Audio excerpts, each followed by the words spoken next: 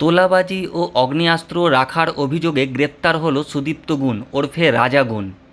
দুর্গাপুরের new township থানার পুলিশের হাতে তার গ্রেপ্তারিকে কেন্দ্র করে ফের শহরের আইনশৃঙ্খলা পরিস্থিতি এবং তোলাবাজি চক্র নিয়ে জোর চর্চা শুরু হয়েছে। পুলিশ সূত্রে জানা গেছে, দীর্ঘদিন ধরেই অভিযুক্তের বিরুদ্ধে এলাকায় তোলাবাজি, ভয় দেখানো এবং প্রভাব খাটানোর অভিযোগ উঠেছিল। স্থানীয়দের একাংশের দাবি, বিভিন্ন ব্যবসায়ী ও সাধারণ মানুষকে ভয় দেখিয়ে টাকা আদায়ের অভিযোগ ছিল তার বিরুদ্ধে। পাশাপাশি আগ্নেয়াস্ত্র রাখার অভিযোগও সামনে এসেছে। গোপন সূত্রে খবর পেয়ে অভিযান চালিয়ে সুদীপ্ত গুণকে গ্রেফতার করে নিউ টাউনশিপ থানার police.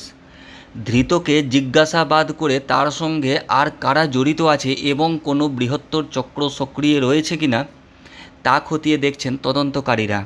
Durgapur new township police station রাজা গুণকে অ্যারেস্ট করেছে, তো এই ব্যাপারে কি বলবেন আপনি?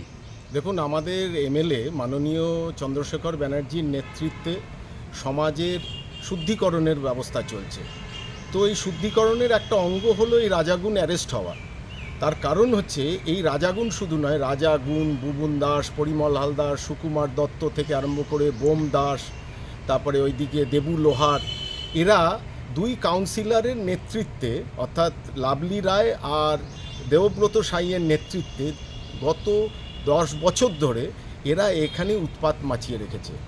পাট্টার নামে টাকা তোলা, তারপরে সরকারি জমি বিক্রি করে সেখান থেকে টাকা পয়সা নেওয়া, সরকারি পাইপ ফাটিয়ে জলের ব্যবস্থা করে টাকা পয়সা নেওয়া, এবং এর সঙ্গে যুক্ত ছিলেন টাম্পু মজুমদার নামে, যিনি এক্স প্রেসিডেন্ট ছিলেন ওয়ার্ডের।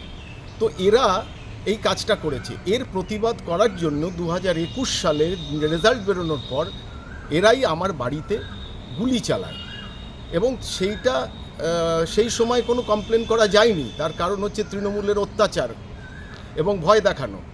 তো সেই কমপ্লেন পরবর্তীকালে হয়েছে। সেই বেসিসে আমাদের এনটিএস থানা খুব ভালো কাজ করেছেন। আমি আশা করব যে তারা আগামী দিনে সবাইকে এইভাবে ধরে তাদের যথাযোগ্য স্থান, অর্থাৎ ফুলঝোর জেলে পাঠাবেন, এটাই আমরা আশা করছি। কি নাম আপনার? রাজীব ব্যানার্জি।